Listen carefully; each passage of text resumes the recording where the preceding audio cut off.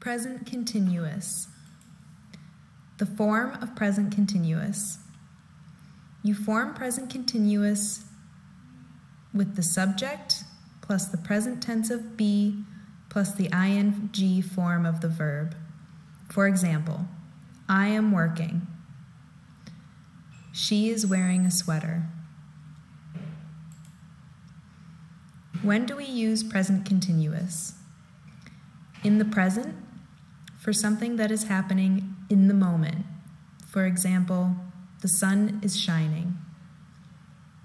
For something we think is temporary. For example, I'm training for a marathon. To show that something is changing, growing, or developing. For example, my Polish is getting better. Or for something that happens repeatedly. For example, I'm always forgetting something. We also use present continuous for the future, for something which has been arranged or planned. For example, I'm going to spend Christmas with my grandma.